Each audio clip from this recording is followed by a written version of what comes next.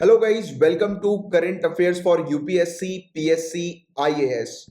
Guys, अगर आप UPSC civil services की तैयारी कर रहे हैं या किसी भी स्टेट सिविल सर्विसेज एग्जामिनेशन की तैयारी कर रहे हैं तो बिल्कुल सही जगह पर आप आए हैं। यहां पर सभी सोर्सेज से न्यूज को कवर किया जाता है, जैसे कि the Hindu, Indian Express, Times of India, live mint जैसे जो न्यूज़पेपर्स होते हैं उनकी न्यूज को कवर किया जाता है। पीआईबी की रिपोर्ट्स को डिस्कस करते हैं। राज्यसभा टेलीविजन में जो भी इंपॉर्टेंट डिबेट्स डिस्कशन आती हैं उनको लेक्चर के दौरान कवर किया जाता है। Even EPW, down to earth Yojana जैसी जो मैगजीन्स होती हैं उनके आर्टिकल्स को भी कवर करते हैं। तो आप डेली रेगुलर अगर क्लासेस को अटेंड करेंगे, रिलीजियसली क्लासेस को फॉलो करेंगे तो आपको 100% गारंटी सक्सेस मिलेगी और आपका 100% गारंटी सिलेक्शन होगा।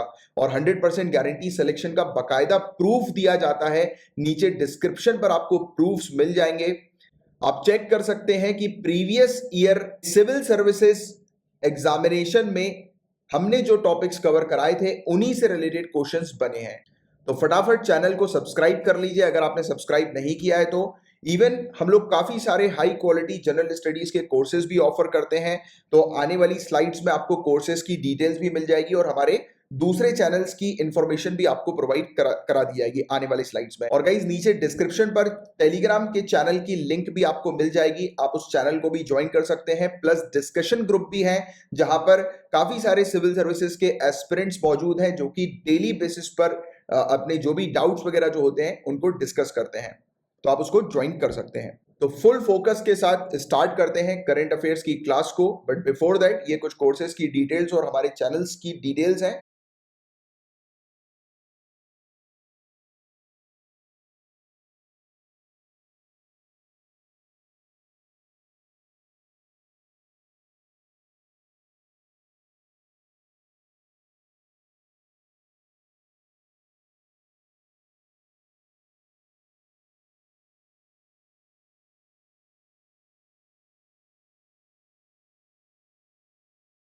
आने वाले कल के आईएएस आईपीएस ऑफिसर्स को मेरा नमस्कार।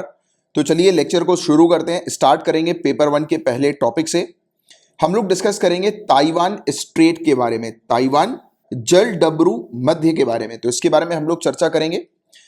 तो ताइवान स्ट्रेट जो है गाइस, इसे फोर्मोसा स्ट्रेट के नाम से जाना जाता है। किस नाम से जाना जाता है? फोर्मोसा स्ट्रेट के नाम से। 180 किलोमीटर का चौड़ा ये स्ट्रेट हमें देखने को मिलता है जो कि मेनलैंड चाइना को ताइवान से अलग करता है। ये स्ट्रेट जो है ये साउथ चाइना सी का पार्ट है जो कि ईस्ट चाइना सी को नॉर्थ के साथ जो है, यानी कि नॉर्थ चाइना सी के साथ जो है वो कनेक्ट करता है। और इसका जो नैरोएस्ट पार्ट है, यानी कि जो नैरो वाला जो हिस्सा इसका हम लोग को देखने को मिलता है, सकरा हिस्सा, वो 130 किलोमीटर की इसकी चौड़ाई हम लोग को नजर आती है। और पूरा का पूरा जो स्ट्रेट है वो एशिया के कॉन्टिनेंटल शेल्फ का हिस्सा है। तो ये तो हो गई स्ट्रेट की कुछ इंपॉर्टेंट पॉइंट्स। अब मैं आपको मैप पर ले चलता हूं और इस स्ट्रेट को प्रॉपर तरीके से दिखाता हूं। तो देखिए, ये हमारा इंडिया हमें दिखाई दे रहा है। हम लोग इंडिया से ईस्ट की तरफ जाएंगे, ठीक है। हम इंडिया से ईस्ट की तरफ जाएंगे। चाइना हमें दिखाई दे रहा है। यहीं पर आप देखेंगे फिलीपींस के पास पे तो आपको साउथ चाइना सी दिखाई देगी। वहां से आप साउथ चाइना सी के नॉर्थ की तरफ जाएंगे, यानी कि नॉर्थ चाइना सी की तरफ थोड़ा सा आप मूव करेंगे, राइट। तो आपको ये ताइवान दिखाई दे रहा है। ये जो चाइना है उससे अलग हुआ है ये ताइवान, ठीक है। तो ये ताइवान है। ताइवान के बीच में जो आपको ये वाटर दिखाई दे रहा है, राइट, पानी दिखाई दे रहा है, तो ये है स्ट्रेट, राइट, जैसे हम लोग ताइवान स्ट्रेट के नाम से जानते हैं। तो साउथ चाइना सी से ईस्ट चाइना सी की तरफ जाने के लिए ये स्ट्रेट जो है वो उपयोग में लिया जाता है, राइट। तो ये चीज आपको थोड़ी सी ध्यान में रखनी है इससे रिलेटेड। अब आगे की चर्चा करते हैं। यूनेस्को की वर्ल्ड हेरिटेज साइट्स के बारे में बात करेंगे। यूनेस्को विश्व धरोहर स्थल के बारे में डिस्कशन करेंगे। तो 6 साइट्स बताई जा रही हैं, 6 जगह बताई जा रही हैं जिन्हें ऐड किया जा रहा है इंडिया की जो टेंटेटिव लिस्ट है। अब देखिएगा, एक लिस्ट होती है फाइनल लिस्ट और एक होती है टेंटेटिव लिस्ट, मतलब कि ये प्रपोजल वाली लिस्ट हमें देखने को मिलती है। तो यूनेस्को की वर्ल्ड हेरिटेज साइट की टेंटेटिव लिस्ट के अंदर 6 नाम को और जो है वो हमारे द्वारा दिया गया है कि इसे वर्ल्ड हेरिटेज साइट में शामिल किया जाए। ये कौन सी साइट्स हैं? Very important. कभी कभी प्रीलिम्स के अंदर चूज द करेक्ट पेयर या मैच द फॉलोइंग वाले जो क्वेश्चंस आते हैं ना, उसमें ये चीजें आ जाती हैं। तो मराठा का जो मिलिट्री आर्किटेक्चर है ये कहां पर है आपको ध्यान में रखना है। मराठा का है तो महाराष्ट्र में होगा, तो महाराष्ट्र में है, ये चीज आपको ध्यान में रखना है। तो इसको इंक्लूड करने की बात हुई। इसके अलावा हीरे बेनकल मेगालिथिक साइट, हीरे बेनकल मेगालिथिक साइट कहां पर है? याद रखना कर्नाटका के अंदर है। और इसके अलावा मध्य प्रदेश के अंदर नर्मदा घाटी का भेड़ा घाट, लम्हेटा घाट हमें देखने को मिलता है, राइट। भेड़ा घाट, लम्हेटा घाट नर्मदा वैली पर है मध्य प्रदेश के अंदर, याद रखिएगा। गंगा घाट हम लोग को वाराणसी में देखने को मिलता है और मंदिर हम लोग को कांचीपुरम तमिलनाडु के अंदर देखने को मिलता है, राइट, कांचीपुरम तमिलनाडु। और छठी साइट मध्य प्रदेश के अंदर सतपुरा टाइगर रिजर्व हमें देखने को मिल रही है। और इन 6 स्थलों को शामिल करने के साथ ही यूनेस्को विश्व धरोहर स्थलों की संभावित सूची में भारत के प्रस्तावित स्थलों की संख्या 48 हो गई है। तो इंडिया ने अभी तक 48 नाम जो है वो रखे हैं कि जिन्हें टेंटेटिव लिस्ट में जो है वो रखा जा रहा है, यानी कि यूनेस्को के प्रपोजल के लिए। अब क्या होगा इसके बाद, तो देखिए ये प्रपोजल लिस्ट है, राइट, यानी कि हम यूनेस्को के लिए प्रपोजल रख रहे हैं कि यूनेस्को इन्हें शामिल करे वर्ल्ड हेरिटेज साइट में। अब उसके बाद क्या होगा, तो 1 साल के लिए ये इस लिस्ट में रहेंगे और इसी 1 साल में सरकार डिसाइड करेगी कि किन किन साइट्स को जो है वो देना है यूनेस्को को वर्ल्ड हेरिटेज लिस्ट की, मतलब वर्ल्ड हेरिटेज साइट की लिस्ट में शामिल करने के लिए। तो ये वाली चीज हम लोग को इस प्रकार की देखने को मिल रही है, राइट। अब वर्ल्ड हेरिटेज साइट क्या होता है, ये चीज ध्यान में रखिए। तो वर्ल्ड हेरिटेज साइट को क्लासिफाई किया जाता है नेचुरल या मैन मेड एरिया या एक कोई स्ट्रक्चर जो कि इंटरनेशनल इंपॉर्टेंस का होता है और उस स्पेस को स्पेशल प्रोटेक्शन की आवश्यकता होती है। तो देखो वर्ल्ड हेरिटेज साइट में नेचुरल प्लेसेस भी हो सकते हैं, मैन मेड प्लेसेस भी हम लोग को देखने को मिल सकते हैं, जैसे इंसानों के द्वारा बनाया गया है स्ट्रक्चर हो सकते हैं या कोई एरिया हो सकता है। और फिर इन एरिया को स्पेशल प्रोटेक्शन के लिए रखा जाता है और यह भी ध्यान में रखा जाता है कि ये एरिया जो होते हैं वो इंटरनेशनल इंपॉर्टेंस के होते हैं, राइट। और ये साइट जो है वो ऑफिशियली रिकॉग्नाइज की जाती है यूनाइटेड नेशंस और United Nations Educational, Scientific and Cultural Organisation, जिसे हम लोग यूनेस्को के नाम से जानते हैं, इसके द्वारा, राइट, रिकॉग्नाइज की जाती है। तो आप याद रखिएगा ये कुछ चीजें। यूनेस्को का मानना यह है कि इन साइट्स को जब क्लासिफाई किया जाता है वर्ल्ड हेरिटेज साइट्स के तौर पर, तो ये जो साइट्स ऐसी होती हैं जो कि ह्यूमैनिटी के लिए बहुत ज्यादा इंपॉर्टेंट होती हैं। ये साइट्स अपने आप में कल्चरल और फिजिकल सिग्निफिकेंस रखती हैं, मतलब कि सांस्कृतिक और भौतिक महत्व होता है इन स्थलों का और मानवता के लिए काफी महत्वपूर्ण मानी जाती है। तो ऐसा मानना है यूनेस्को का। और कुछ फैक्ट्स की हम लोग बात करेंगे इस, तो लिस्ट जो है वो मेंटेन किसके द्वारा की जाती है, इंटरनेशनल वर्ल्ड हेरिटेज प्रोग्राम की। तो ये यूनेस्को वर्ल्ड हेरिटेज कमिटी इस लिस्ट को मेंटेन करती है, एडमिनिस्टर करती है, जिसमें 21 यूनेस्को के सदस्य होते हैं, राइट। और इन्हें जनरल असेंबली के द्वारा, यूनाइटेड नेशन जनरल असेंबली के द्वारा इलेक्ट किया जाता है। तो ये पॉइंट आपको पता होना चाहिए। और हर एक वर्ल्ड हेरिटेज साइट जो होती है वो लीगली उस कंट्री का पार्ट होती है, राइट। यानी कि अब देखो इंडिया के अंदर जो वर्ल्ड हेरिटेज साइट है तो लीगली वो किसका पार्ट है, वो इंडिया का ही पार्ट है। ऐसा तो नहीं है कि इसको वर्ल्ड हेरिटेज साइट की लिस्ट में शामिल कर दिया गया, इसका मतलब कि वो इंडिया की पार्ट नहीं रहेंगी, इंडिया का उसमें कोई रोल नहीं रहेगा। बिल्कुल इंडिया का ही रहेगा। इवन उस साइट की देखभाल इंडियन गवर्नमेंट ही करेगी और ज्यादा करेगी, क्योंकि वो साइट एक इंटरनेशनल इंपॉर्टेंस की बन गई है। और अगर किसी कंट्री के अंदर जो वर्ल्ड हेरिटेज साइट में लिस्ट जो हम लोग को देखने को मिलती है, वेरियस जो मतलब लिस्ट जो होती है, यानी कि वेरियस जो स्ट्रक्चर्स होते हैं, साइट्स होती हैं इस लिस्ट के अंदर, उसको अगर डैमेज पहुंचता है तो जिस कंट्री के अंदर वो स्ट्रक्चर है, राइट, तो उस कंट्री की इंटरनेशनल प्लेटफॉर्म पर तौहीन होती है, उस कंट्री का स्टेटस जो है इफेक्ट होता है, राइट। क्योंकि ऑब्वियस ही बात है कि एक साइट जिसे इंटरनेशनली रिकॉग्नाइज किया, इंटरनेशनल इंपॉर्टेंस का उसको बनाया गया, और उसके बाद उस कंट्री के अंदर उस साइट को अगर डैमेज पहुंचेगा तो कहीं ना कहीं इंटरनेशनली उस कंट्री की तौहीन होगी, उस कंट्री का स्टेटस डाउन होगा, राइट, उस प्लेटफॉर्म के अंदर, कि एक कंट्री जो है वो संभाल नहीं पाई ऐसे स्ट्रक्चर को जो कि इतना इंटरनेशनली इंपॉर्टेंस रखता है और यूनेस्को की इस वर्ल्ड हेरिटेज साइट की लिस्ट में है, राइट। तो ये वाली बात है। तो इसलिए उस कंट्री को, जिस कंट्री के अंदर वो स्ट्रक्चर होता है, उसकी रिस्पॉन्सिबिलिटी फिर बन जाती है उस स्ट्रक्चर को प्रोटेक्ट करने की, स्पेशल प्रोटेक्शन देने की। साइट जो है वो जो लोकेटेड होती है वो लीगली उसी स्टेट यानी कि उसी कंट्री की जो है वो टेरिटरी होती है, और यूनेस्को जो है उसे कंसिडर करती है कि ये इंटरनेशनल कम्युनिटी के हित में है, इंटरेस्ट में है और उसे प्रिजर्व करना चाहिए। और वर्ल्ड हेरिटेज साइट को सिलेक्ट होने के लिए हमें 3-4 चीजें देखनी पड़ती है। एक तो वो लैंडमार्क जो होना चाहिए वो यूनिक जो होना चाहिए, कुछ रिस्पेक्ट में जोग्राफिकली हिस्टोरिकली आइडेंटिफाइबल हो, मतलब कि हिस्ट्री से उसका संबंध हो, ज्योग्राफी से उसका एक महत्वपूर्ण संबंध हो, और मेन और इंपॉर्टेंट चीज उस जगह का कल्चरल और फिजिकल सिग्निफिकेंस होना जरूरी है, कि कल्चरली वो जगह जो है वो एसोसिएटेड हो, राइट। और फिजिकली की भी अगर हम बात करें, फिजिकल सिग्निफिकेंस की भौतिक रूप से भी, तो वो एक अलग ही इंपॉर्टेंस रखती हो। तब ये सब चीजें देखने के बाद उसको वर्ल्ड हेरिटेज साइट जो है वो माना जाता है और फिर उसे इस लिस्ट में शामिल किया जाता है। तो ये कुछ इंपॉर्टेंट पॉइंट्स हैं जिसको आपको बहुत अच्छे से ध्यान में रखना है। और पेपर 1 से रिलेटेड गाइस इतने ही टॉपिक्स थे। अब हम लोग पेपर 2 के टॉपिक्स को कवर कर रहे हैं। स्टार्ट करने से पहले मैं आप लोग को बता दूं गाइस कि आप लोग का करंट अफेयर्स की रिवीजन सीरीज चल रही है, राइट। डेली बेसिस पर आपको रिवीजन जो है वो मैं करवा रहा हूं, यानी कि जनवरी 2020 से जितने भी करंट अफेयर्स हैं उनका मैं क्विक रिवीजन आप लोग का करवा रहा हूं। डेली क्लास होती है इसकी, क्लास बिल्कुल फ्री है, कोई चार्ज नहीं है। आपको टीचमेंट एप्लीकेशन को डाउनलोड करना है और ये मेरी क्लासरूम आईडी है, इसका आपको उपयोग करना है। यानी कि एप्लीकेशन को डाउनलोड करने के बाद इस क्लासरूम आईडी को आप यूज करेंगे तो आप जो है वो क्लास को ज्वाइन कर लेंगे और क्लास को ज्वाइन करने के बाद डेली बेसिस पर क्लासेस होती है। जनवरी मंथ का करंट अफेयर्स फिनिश हो चुका है, रिवीजन उसका, और इसका पूरी मंथली रिवीजन जो है वो मैंने यूट्यूब पर भी डाला हुआ है। यूट्यूब की प्लेलिस्ट पर अपना जो चैनल है करंट अफेयर्स और यूपीएससी पीएससी आईएएस, तो इस चैनल की प्लेलिस्ट पर आप जाइए, आपको जो है वो जनवरी 2020 की रिवीजन वाली प्लेलिस्ट मिल जाएगी। तो वो पूरा मंथ का मैंने एक बार में मतलब कंपाइल करके दे दिया है, जो चीज मैंने वहां पर आपको पढ़ाई हुई है। वैसे ही अभी फरवरी मंथ का रिवीजन जो है वो चल रहा है, तो इसको आप जरूर ज्वाइन कर सकते हैं। तो देखो पेपर 2 के टॉपिक से हम लोग स्टार्ट कर रहे हैं। Infrastructure status for exhibition and convention centre. तो जो एग्जीबिशन जो होता है, राइट, यहाँ जहां पर भी हमें देखने को मिलता है कि वेरियस चीजें डिस्प्ले होती है एग्जीबिशन में। कभी आप गए होगे, मौका मिला हो तो वेरियस चीजों का एग्जीबिशन होता है, राइट। जैसे कि हम लोग को देखने को मिलता है पेंटिंग्स वगैरह के एग्जीबिशन होते हैं, आर्ट और कल्चर का एग्जीबिशन हम लोग को देखने को मिलता है। कन्वेंशन सेंटर मतलब कि ऐसे सेंटर जहां पर मतलब फॉरेन कंट्रीज वगैरह आती हैं, वहां सदस्य आते हैं, फॉरेन कंट्रीज के लोग आते हैं, बिजनेसमैन आते हैं, वेरियस लीडर्स आते हैं अलग अलग फील्ड के, और वो यहाँ पर आकर क्या करते हैं, एग्रीमेंट करते हैं वेरियस चीजों पर। तो ये वाली चीज जो होती है, इस सेंटर को हम लोग कन्वेंशन सेंटर बोलते हैं, जहां पर इस प्रकार के एग्रीमेंट होते हैं।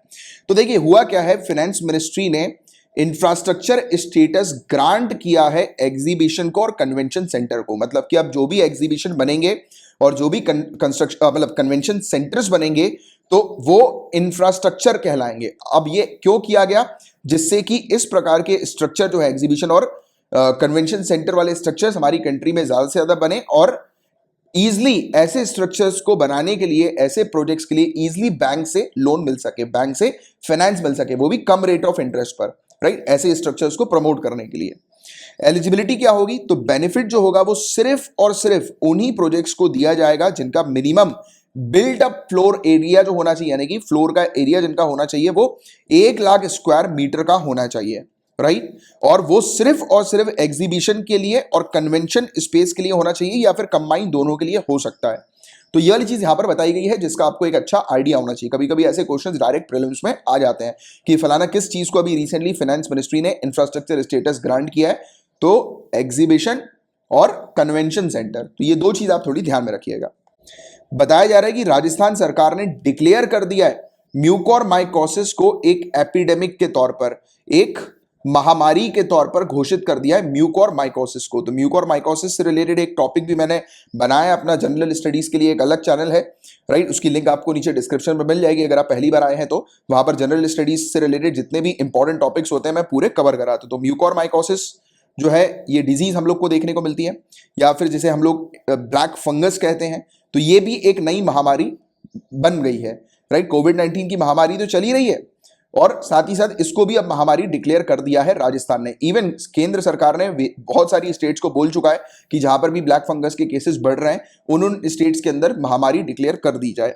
तो राजस्थान के अंदर महामारी डिक्लेयर कर दी गई, और जो भी लोग कोविड-19 से रिकवर हो रहे हैं, राइट, जिन लोग को भी कोविड-19 था, कोविड पॉजिटिव थे, जो लोग रिकवर हो रहे हैं, उनको ये ब्लैक फंगस या फिर जैसे म्यूकोरमाइकोसिस कहते हैं, उनकी समस्या बहुत ज्यादा आ रही है।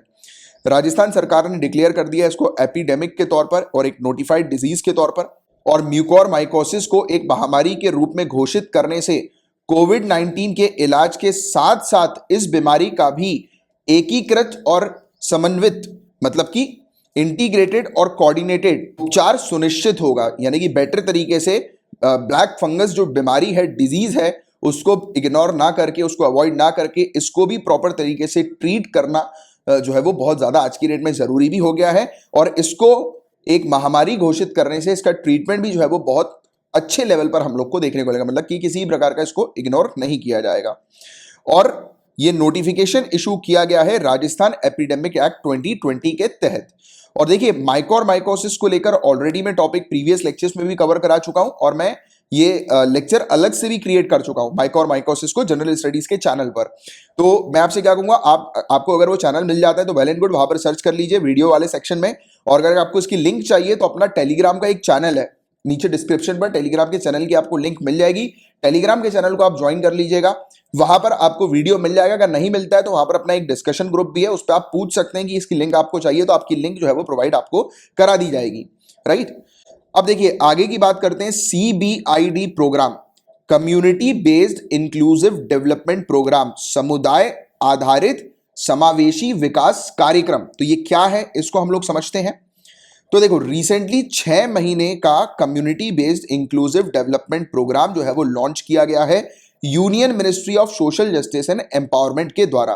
किस चीज के लिए? PWDs, पर्सन विद डिसेबिलिटीज जो हम लोग को देखने को मिलते हैं, जो दिव्यांगजन हम लोग को देखने को मिलते हैं, उनके रिहैबिलिटेशन के लिए, यानी कि उनको ठीक करने के लिए। राइट, और इस प्रोग्राम के क्या फीचर्स हम लोग को देखने को मिल रहे हैं? तो पॉइंट नंबर 1, पहले तो ये चीज आप क्लियर रखो कि ये प्रोग्राम जो है वो किन के लिए है? PWDs के रिहैबिलिटेशन के लिए ये प्रोग्राम हमें देखने को मिल रहा है। फर्स्ट पॉइंट और मेन पॉइंट, ये प्रोग्राम का मेन एम क्या है? एक ऐसा पूल क्रिएट करना ग्रास रूट रिहैबिलिटेशन वर्कर्स का कम्युनिटी लेवल पर, जो कि आशा और आंगनवाड़ी वर्कर्स के साथ मिलकर काम कर सकें और डिसेबिलिटी का जो इशू है उसको प्रॉपर तरीके से हैंडल कर सकें। और जो भी हमारी सोसाइटी के अंदर जो पर्सन विद डिसेबिलिटीज है, जो दिव्यांगजन जो पर्सन है, उन्हें सोसाइटी में इंक्लूड करना है। राइट, क्योंकि कई बार ऐसा होता है कि जो डिसेबल पर्सन होते हैं वो सोसाइटी से बेचारे एक्सक्लूड हो जाते हैं। राइट, क्योंकि उनकी डिसेबिलिटी के कारण सोसाइटी उन्हें एक्सेप्ट नहीं कर पाती। जैसे कि ऑब्वियसली बात है, कहीं पर जैसे मान लेते हैं हम लोग इस चीज को इस तरीके से समझना कि कोई व्यक्ति है वो चलने फिरने में सक्षम नहीं है, तो कहीं पर हम लोग देखते हैं कि कुछ कुछ ऐसे फंक्शंस होते हैं जिसमें, अब जैसे कि यहां पर सीढ़ियां रहेंगी, ठीक है, चढ़ने के लिए ऊपर, राइट, ऊपर जाना है, फंक्शन को अटेंड करना है, सीढ़ी चढ़ के जाना पड़ेगा। अब जो बेचारा डिसेबल पर्सन है उसके लिए तो ऐसा स्लोप यहां पर बना नहीं हुआ है, तो वो बेचारे कैसे जा पाएंगे? नहीं जा पाएंगे ना। तो ऐसी कुछ व्यवस्था भी कराना जिसमें कि सोसाइटी में वो आसानी से एक्सेप्ट हो जाए, राइट, और उनको एक्सेप्ट भी किया जाए, शामिल किया जाए सोसाइटी में, सोसाइटी के वेरियस कार्यक्रमों में। राइट, तो ये भी एक इंपॉर्टेंट चीज यहां पर बताई जा रही है। ग्रास रूट लेवल पर, मतलब कि विलेज लेवल पर करने की बात की जा रही है। तो point number 2, person with disability की सहायता करनी है विलेज लेवल पर, और उसके लिए जो आशा और आंगनवाड़ी जो वर्कर्स होंगे, तो उनके साथ हम लोग को देखने को मिलेगा कि ऐसे वर्कर्स को भी शामिल करना है जो स्पेशली पर्सन विद डिसेबिलिटी को हैंडल करने के लिए हो, दिव्यांगजन पर्सन को हैंडल करने के लिए हो। और इवन आशा वर्कर्स और जो ये आंगनवाड़ी के वर्कर्स हैं, उनको भी ये जो वर्कर्स होंगे, यानी कि स्पेशली जिनको भेजा जाएगा ट्रेनिंग प्रोवाइड करा के, या फिर जिनको ट्रेनिंग दी जाएगी, फिर ये दूसरे भी वर्कर्स को जो है वो अपनी फर्दर ट्रेनिंग दे कि कैसे पर्सन विद डिसेबिलिटीज को हैंडल करना है। राइट, जैसे कि और बेटर तरीके से इनको शामिल किया जा सके सोसाइटी के अंदर। और देखिए, ये जो कार्यक्रम है ये इन कर्मियों, मतलब कि इन वर्कर्स के दक्षता आधारित ज्ञान और कौशल के आधार पर तैयार किया गया है। मतलब कि ये प्रोग्राम जो डिजाइन किया गया है वो किस किस बेसिस के ऊपर डिजाइन किया गया है? तो वर्कर्स की नॉलेज और स्किल्स के ऊपर डिजाइन किया गया है कि वर्कर्स जो है वो कितने क्या स्किल्स है उनमें और कितनी उनकी नॉलेज है पर्सन विद डिसेबिलिटी को हैंडल करने की। राइट, ताकि सफलतापूर्वक अपना कर्तव्य निभाने में अपनी दक्षता बढ़ा सकें, कि वो अपनी एबिलिटी को एनहांस कर सकें सक्सेसफुली उनकी ड्यूटीज को डिस्चार्ज करने के लिए। और इन वर्कर्स को दिव्यांग मित्र जो है वो कहा जाएगा। ये वर्कर्स जो होंगे इन्हें दिव्यांग मित्र यानी कि friends of person with disability कहा जाएगा। और इन वर्कर्स को एक एग्जाम जो है वो देना पड़ेगा, कॉम्पिटेंसी बेस्ड नॉलेज और स्किल्स जो है उसके आधार पर उन्हें चूज किया जाएगा। और ये जो एग्जाम होगा तो वो national board of examination and rehabilitation, जो कि रिहैबिलिटेशन काउंसिल ऑफ इंडिया के अंडर आता है ये बोर्ड, और ये एग्जाम जो है वो कंडक्ट कराएगा। और जो पास आउट कैंडिडेट्स होंगे उनको ये सर्टिफिकेट मिलेगा, और इसी सर्टिफिकेट के आधार पर वो व्यक्ति जो है वो अपनी जो ड्यूटीज हैं वो डिस्चार्ज कर सकेंगे दिव्यांगजन को, और दूसरे भी लोगों को ट्रेन कर सकेंगे जिससे कि दिव्यांगजन को सोसाइटी में इंक्लूड किया जाए। तो अगेन मैं आता हूं और आपको बताता हूं कि ये community based inclusive development programme हमें देखने को मिल रहा है कि दिव्यांगजन को जो है कम्युनिटी में शामिल करना है और उनकी मदद करना है। राइट, तो ये वाली चीज है, आप याद रखिएगा इस चीज के बारे में। काफी इंपॉर्टेंट प्रोग्राम ये है, राइट, जिससे रिलेटेड अक्सर क्वेश्चंस बनते हैं इस प्रकार के प्रोग्राम से रिलेटेड। राइट, अब देखिए, प्रधानमंत्री स्वास्थ्य सुरक्षा योजना की हम लोग बात करेंगे। वेरी इंपॉर्टेंट स्कीम प्रधानमंत्री स्वास्थ्य सुरक्षा योजना। सेंट्रल गवर्नमेंट ने अप्रूव कर दिया है कि 22 नए all India institute of medical science AIIMS जो है वो सेटअप किए जाएंगे प्रधानमंत्री स्वास्थ्य सुरक्षा योजना के तहत, और इनमें से 22 में से 6 जो है वो फुली फंक्शनल हो चुके हैं। 6 जो है वो पहले से ही पूरी तरह से क्रियाशील हम लोग को देखने को मिल रहा है, फंक्शनल हम लोग को देखने को मिल रहा है। तो आइए बात करते हैं प्रधानमंत्री स्वास्थ्य सुरक्षा योजना के बारे में। तो ये स्कीम कब अनाउंस की गई थी? तो 2003 में ये स्कीम अनाउंस की गई थी। इसका मेन ऑब्जेक्टिव क्या था? जो इम्बैलेंस हम लोग को देखने को मिलता है अफोर्डेबल और reliable tertiary health care services की अवेलेबिलिटी के ऊपर, जो इम्बैलेंस हम लोग को देखने को मिलता है, जैसे कि जो अच्छी जो सर्विस होती है, अच्छी हेल्थ केयर मेडिकल सर्विस जो हमें देखने को मिलती है, वो प्राइवेट हॉस्पिटल्स में ही हम लोग को देखने को मिलती है मेनली तौर पर।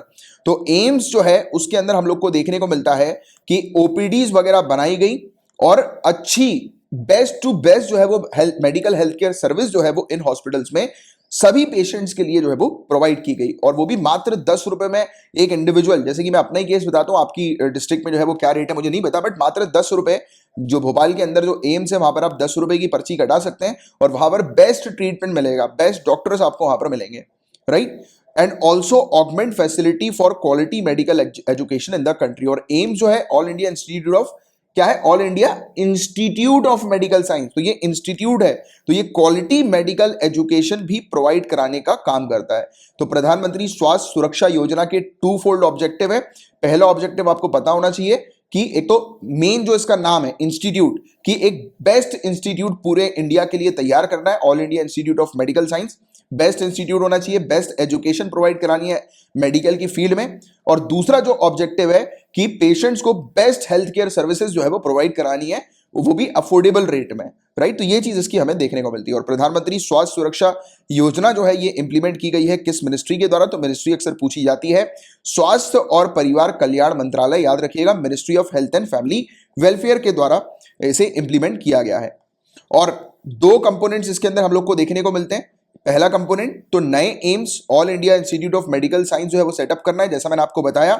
और अलग अलग स्टेट्स में जो गवर्नमेंट मेडिकल कॉलेजेस हैं, सरकारी मेडिकल कॉलेज जो हैं, उन्हें अपग्रेड करना है, राइट, बेटर बनाना है। तो इसके दो कंपोनेंट्स इसके अंदर हमें देखने को मिलते हैं। और कॉस्ट बियरिंग की बात करें तो प्रोजेक्ट का जो खर्चा होता है अपग्रेडेशन का, हर एक मेडिकल कॉलेज इंस्टीट्यूट का, वो सेंटर और स्टेट के बीच में शेयर किया जाता है। तो इसको बनाने के लिए, इस प्रोग्राम के लिए जो खर्चा बैठता है, तो वो केंद्र सरकार और राज्य सरकार दोनों के बीच में शेयर किया जाता है। तो ये कुछ बेसिक से फैक्ट्स और इंफॉर्मेशन है जिसके बारे में आप लोग को आइडिया होना चाहिए। अब गाइस ये एक बहुत ही बेहतरीन टॉपिक है, क्या जजेस केस की सुनवाई से मना कर सकते हैं? तो हाँ, कर सकते हैं। अब देखिए यहां पर एक चीज ये ध्यान में रखना, केस की सुनवाई से मना करने का मतलब ये नहीं है कि वो केस जो है वो कोर्ट में नहीं लगेगा।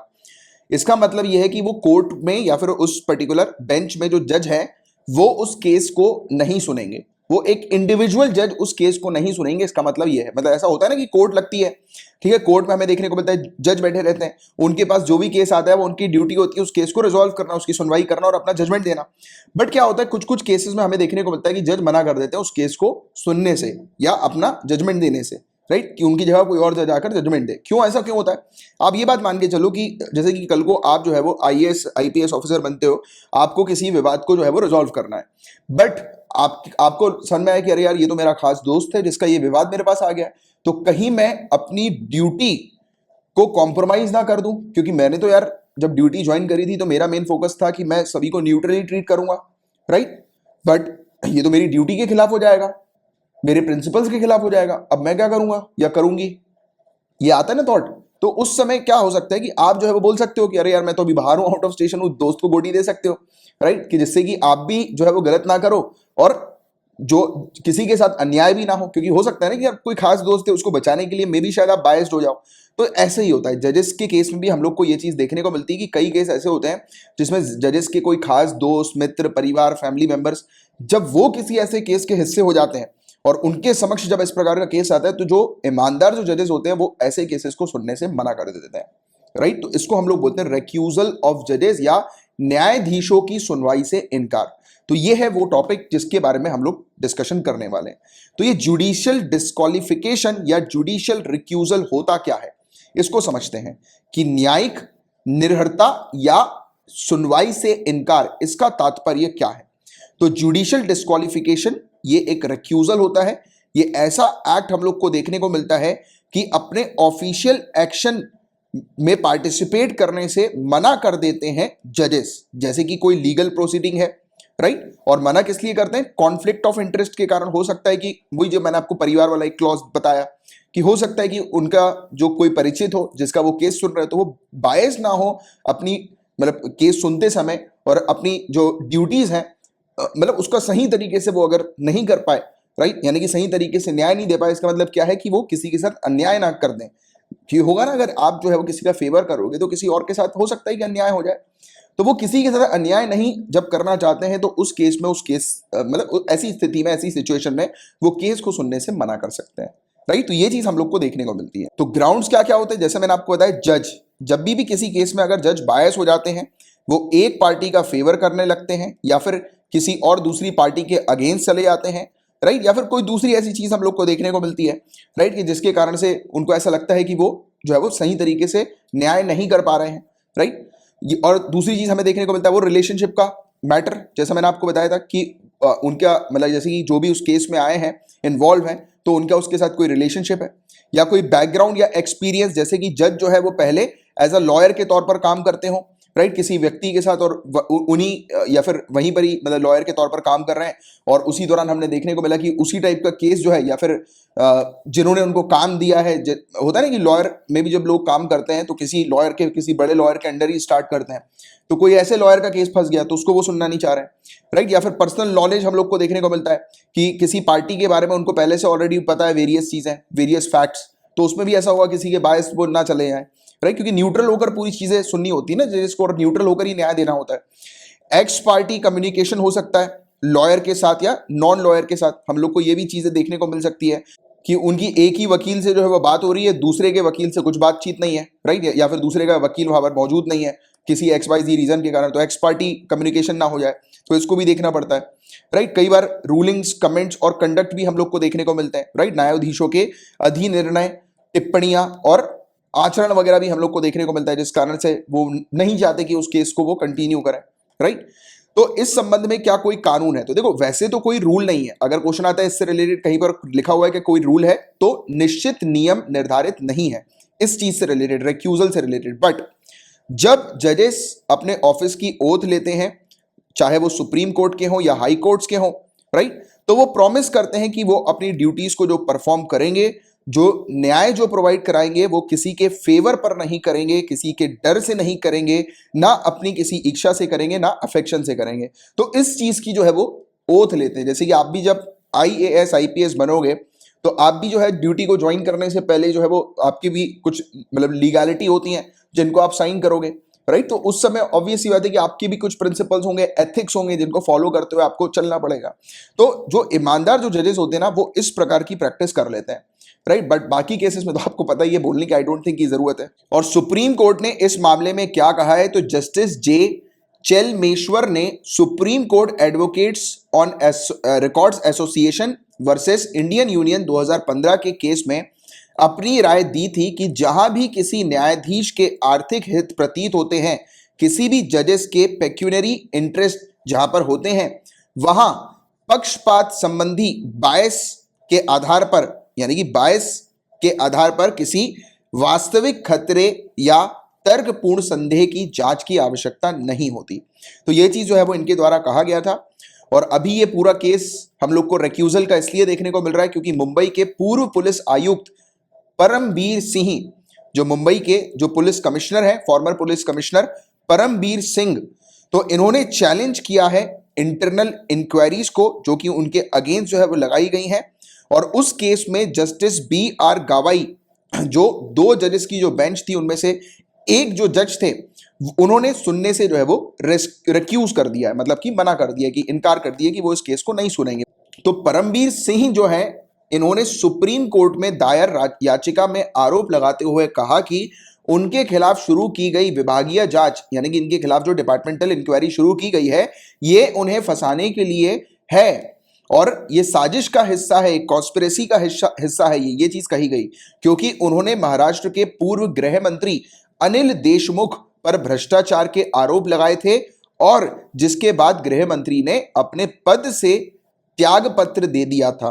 यानी कि रिजाइन कर दिया था, और उसके बाद फिर उनके खिलाफ अब ये इस प्रकार की जो कॉन्स्पिरेसी जो है, साजिश जो है वो चलाई जा रही है। परमबीर सिंह ने शीर्ष अदालत ऑनरेबल सुप्रीम कोर्ट से विभागीय जांच को किसी अन्य राज्य में ट्रांसफर करने का आग्रह भी किया है। तो उन्होंने कहा है कि जो डिपार्टमेंटल इंक्वायरी जो है वो किसी और दूसरी जगह पर की जाए, और इसी में हमें देखने को मिला कि जस्टिस BR गवई ने जो है वो सुनने से मना कर दिया, क्योंकि उनके संबंध मतलब कमिश्नर के साथ हम लोग को देखने को मिल रहे थे, राइट। तो ये चीज थी, मतलब पार्टी के साथ उनके संबंध थे। तो इसके बारे में आपको पता होना चाहिए। मेनली आपको देखो, ये बैकग्राउंड की इंफॉर्मेशन तो मैंने आपको दे दी, बट करंट अफेयर्स में जो चीज आई है वो आपके लिए काम की नहीं है, वो चीज नहीं पूछी आएगी, बट एक जनरल आपको आइडिया होना चाहिए। मेनली जो चीज आपसे पूछी आएगी वो ये जुडिशियल रिक्यूजल से रिलेटेड आपसे पूछी आएगी, जिसके बारे में आपको एक अच्छी जानकारी होनी चाहिए, राइट। तो होपफुली आपको चीज समझ में आ गई होगी। आगे बढ़ते हैं अब देखिए गाइस, हम लोग डिस्कस करेंगे इनफोर्स्ड और इनवॉलेंट्री डिसअपीयरेंसेस के बारे में, जबरन या अनैच्छिक विलुप्ति के बारे में। तो ये क्या है, हम लोग इसको समझते हैं। तो म्यांमार के अंदर सैन्य तख्ता पलट के बाद, आपको पता है गाइस, हमने डिस्कस भी किया है, म्यांमार के अंदर मिलिट्री कूप हुआ है, राइट। सैन्य तख्ता पलट हमें देखने को मिला है। वहां की सरकार जो है मिलिट्री ने हटाकर मिलिट्री ने अपना रूल जो है वहां पर चलाना शुरू कर दिया फरवरी 2021 से। तो उसके बाद से जैसे ही यहां पर सैन्य तख्ता पलट हुआ, उसके बाद से जबरन या अनैच्छिक विलुप्ति होने पर संयुक्त राष्ट्र कार्य समूह जो है उसको पीड़ितों के परिवार के सदस्यों से अपहरण होने की सूचना मिली है।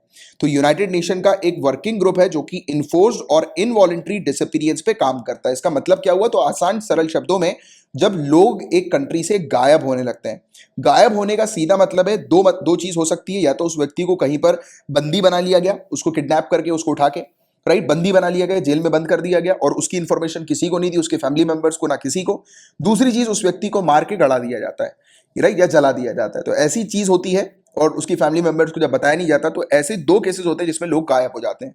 तो लोगों के गायब होने की जो कंप्लेंट्स जो है वो यूनाइटेड नेशन के इस वर्किंग ग्रुप को आ रही है। उनके फैमिली मेंबर्स ऐसी कंप्लेन दे रहे हैं कि उनके जो परिवार के सदस्य हैं वो गायब होते जा रहे हैं, राइट। और ये तब से हुआ जब से सैन्य तख्ता पलट हुआ, मतलब कि ये ऐसे लोग गायब हो रहे हैं जो लोग मिलिट्री रूल के अगेंस्ट या कूप के अगेंस्ट जो है वो खड़े हुए हैं, राइट। तो इनको गायब किया जा रहा है। सेम वैसी केस हम लोग चाइना के अंदर भी देखते हैं। जैसे उइघुर मुस्लिम्स की हम लोग बात करें चाइना के अंदर, तो चाइना जो है उसके ऊपर आरोप है कि वो उइघुर मुस्लिम्स को गायब कर देता है, मतलब कि मार देता है, राइट, और उनकी पॉपुलेशन को कम करता जा रहा है। इवन उनको बंदी भी बना के रखा हुआ है। अगर हम बात करें जिंगजियांग प्रोविंस की, जहां पर ये रहते हैं, तो एक एरिया पर इन्हें बंदी भी बना के रखा हुआ है। फोर्स लेबर के आरोप है चाइना के ऊपर कि ये उनको जो है वो बिना कोई वेजेस दिए, बिना किसी अच्छी कंडीशन में रखे, उनको उनसे फोर्सफुली काम करवाता है। तो ऐसी चीज है, आपको पता ही है, हमने इसके बारे में भी डिस्कस किया है। तो वैसे ही ये केस म्यांमार के अंदर आ रहा है।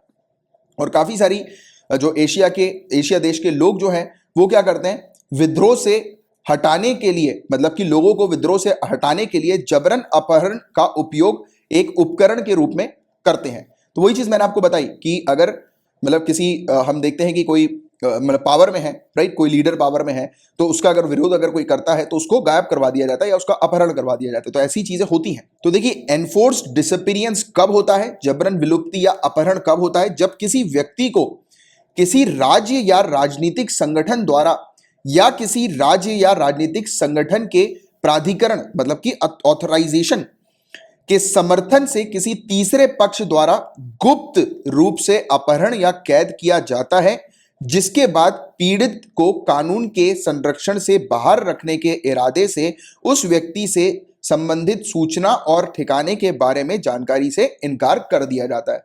होता यही है कि जब किसी को उठा लिया जाता है, किडनैप कर लिया जाता है, तो दो ही चीज होती है, तो उसको मार दिया जाता है या फिर उसे कहीं पर बंदी बना के रख लिया जाता है, कैद कर दिया जाता है।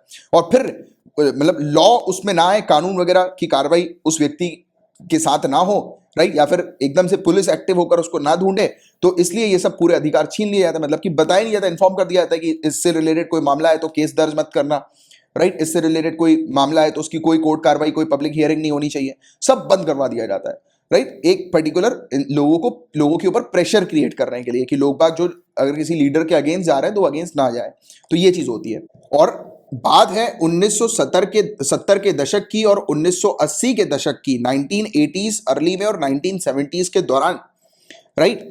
अर्जेंटीना में डर्टी वॉर के दौरान लोगों की जबरन विलुप्ति या अपहरण की घटनाओं के बारे में दुनिया को व्यापक रूप से जानकारी मिली थी। तो ये इस प्रकार से जो घटना होती है ना, लोगों को किडनैप कर लिया जाता है, इसकी शुरुआत कह सकते हो आप कि अर्जेंटीना के डर्टी वॉर के समय पर देखने को मिली थी। और डर्टी वॉर की बात करें गाइस तो इसे प्रोसेस ऑफ नेशनल रीऑर्गेनाइजेशन कहा जाता है। ये एक प्रकार का कैंपेन था जो कि अर्जेंटीना की मिलिट्री डिक्टेटरशिप का हमें देखने को मिला था, लेफ्ट विंग पॉलिटिकल अपोनेंट्स को सस्पेक्ट करने के लिए, राइट। तो वहां पर भी इसी प्रकार से मिलिट्री डिक्टेटरशिप का ये कैंपेन हुआ था इसी प्रकार से, और बहुत सारे लोगों को, बहुत सारे लीडर्स को जो है वो अगवा कर लिया गया था। जबरन विलुप्ति के घटक इनके क्या हम लोग को कॉन्स्टिट्यूएंट्स देखने को मिलते हैं एनफोर्स डिसअपीयरेंस के। तो व्यक्ति की इच्छा के विरुद्ध उसे स्वतंत्रता से वंचित कर दिया जाता है, यानी कि बंद करके, कैद करके रख दिया जाता है। सरकारी अधिकारियों की सहमति पूर्ण भागीदारी होती है काफी, क्योंकि बिना सरकार की अथॉरिटीज के इस प्रकार से किसी व्यक्ति को जो है वो किडनैप या ऐसा नहीं किया जा सकता। क्यों होता है ना, अब देखो जैसे अगर कोई बड़ा सरकारी अधिकारी इन्वॉल्व हुआ अगर ऐसे केस में, तो वो पुलिस थाने में कंप्लेन लिखने से ही मना करवा देता है, वो फोन लगा देता है, बोलता है कि इस केस, ये वाला केस आए तो भगा देना पीड़ितों को। तो ऐसी चीज हो जाती है, राइट। तो वो पावर चलती है।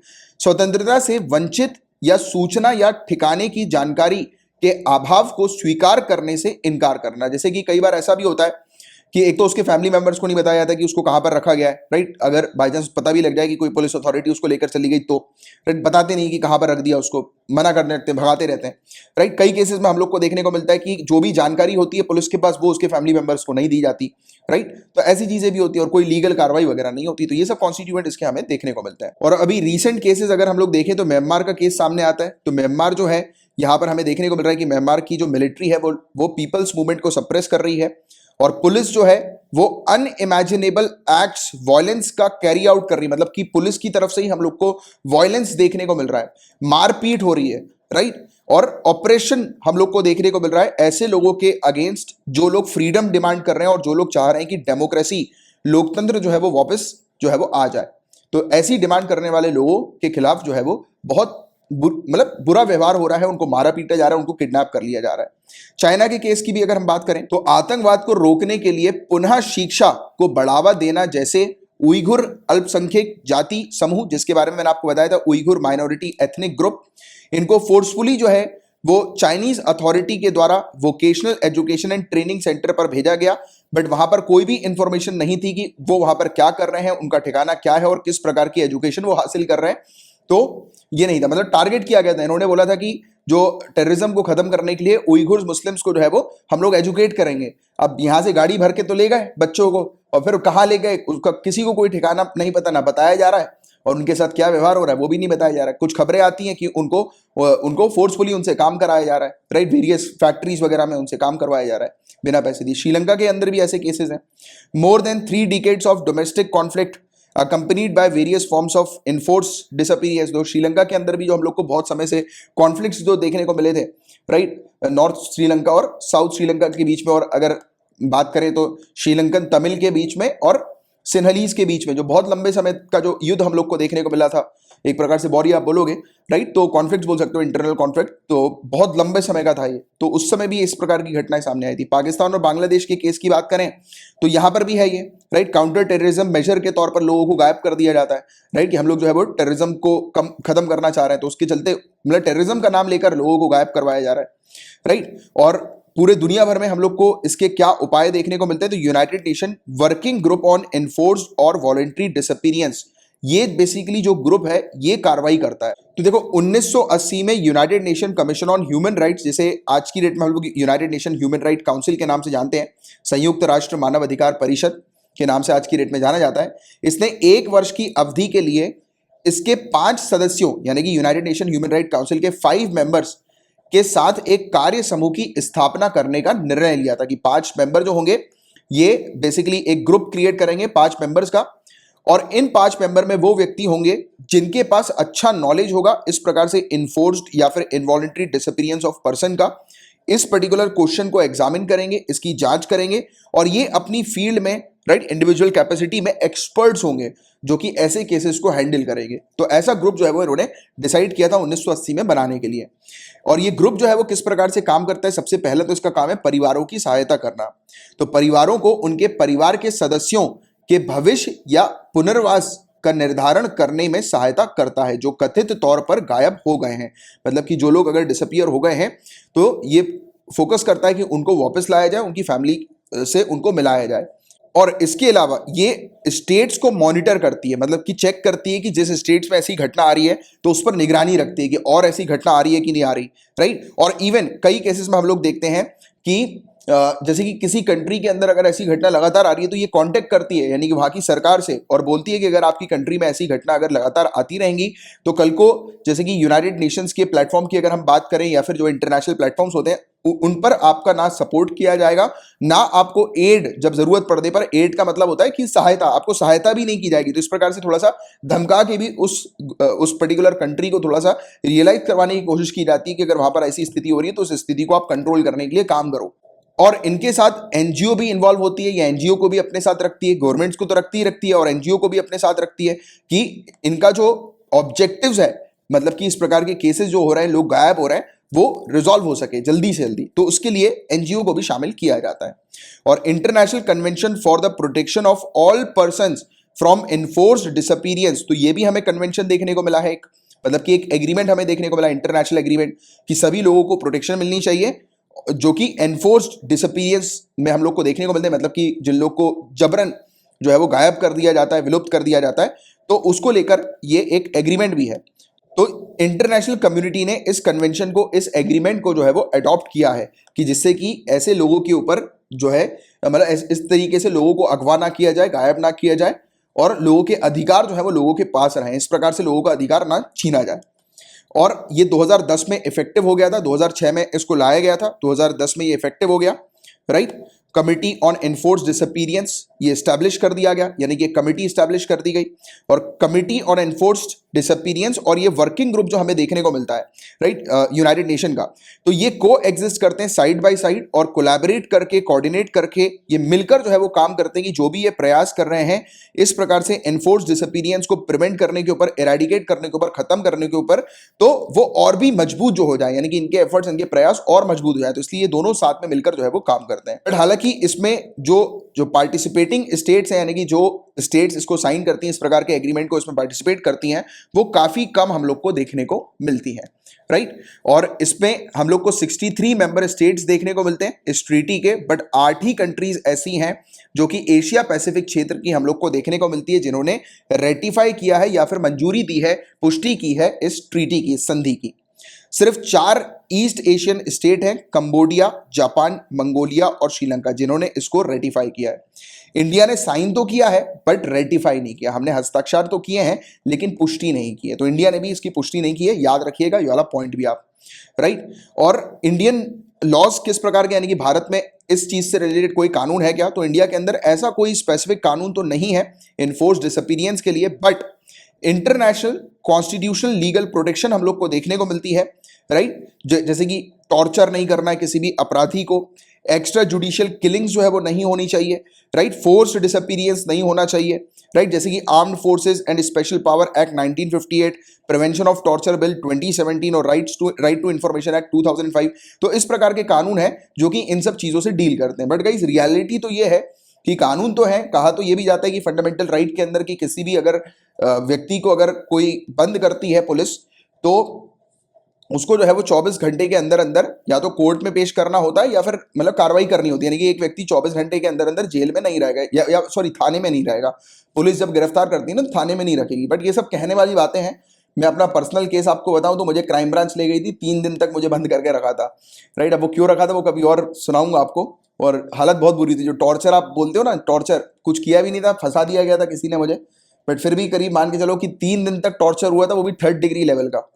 अब क्या बताएं, अब होता है अपनी कंट्री में होता है। फिर बाद में अगर सॉरी वॉरी बोला अधिकारियों ने, और बहुत समय तक मेरे साथ कांटेक्ट में भी थे कि अरे यार गलती हो गई, गलत फंस गए तुम, गलत के चक्कर में तुम्हें उठा लिया, ऐसा वैसा ये वो। बट क्या कर सकते हो, अपन कुछ नहीं कर सकते ना। अब जो घटना घटी वो घटी। और मैं तो उस समय वो माइनर भी था मेरे साथ जब ये घटना हुई थी, जब मैं 17 साल का था, तब उस समय ये हुआ था मेरे साथ इंसिडेंस। बहुत भयानक इंसिडेंस था यार, मतलब 3 दिन तक बैंड बजा दी। फिर जब फैमिली को पता लगा तब निकला मैं, वरना पता नहीं शायद निकलता भी नहीं। चलो एनीवेज, तो ये वाली चीज थी। तो कहने को तो होते हैं कानून वगैरह, बट वो प्रॉपर तरीके से इंप्लीमेंट हो तब तो बात है।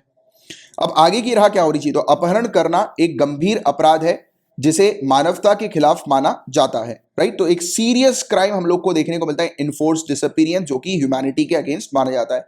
परिवार के सदस्यों का दर्द और पीड़ा तब तक खत्म नहीं होती जब तक कि वे अपने परिजनों के कुशल होने या आवासित स्थान का पता नहीं लगा लेते, मतलब कि कहां पर उनको रखा गया है उसका पता नहीं लगा लेते, और ये नहीं पता लगा लेते कि वो व्यक्ति जो मिसिंग है वो सही सलामत है कि नहीं। ऐसा होता है ना कि अगर जैसे कि हमारे कोई फैमिली मेंबर है, उसका अगर मोबाइल फोन ही अगर बंद हो जाए 12-15 घंटे के लिए, तो टेंशन होने लगती है, अरे भाई क्या हो गया, मोबाइल फोन क्यों बंद हो गया, राइट। बात बिल्कुल वैसे ही है। तो हमें तो 12-15 घंटे के लिए ऐसी स्थिति होती है। कई सारे लोग तो काफी काफी महीनों तक उनको पता ही नहीं लगता कि उनके लोग कहां पर है। जब पता लगता है तो सिर्फ एक ही खबर आती है कि अब नहीं रहे। एशियाई देशों को अपने दायित्वों और जिम्मेदारियों पर अधिक गंभीरता से विचार करना चाहिए, और इस प्रकार के जो जबरन विलुप्तियों, जो एनफोर्स्ड हम लोग को डिसअपीयरेंस देखने को मिलता है, इसके लिए दंड से मुक्ति करने की प्रवृत्ति को अस्वीकार करना चाहिए, राइट। रिजेक्ट करना चाहिए इस प्रकार के कल्चर को, और इरेडिकेट, खत्म कर देना चाहिए इस प्रकार के इश्यूज को, राइट। तो यह चीज हम लोग को देखने को मिल रही है। तो मेंस में ऐसी चीज आप लिख सकते हैं।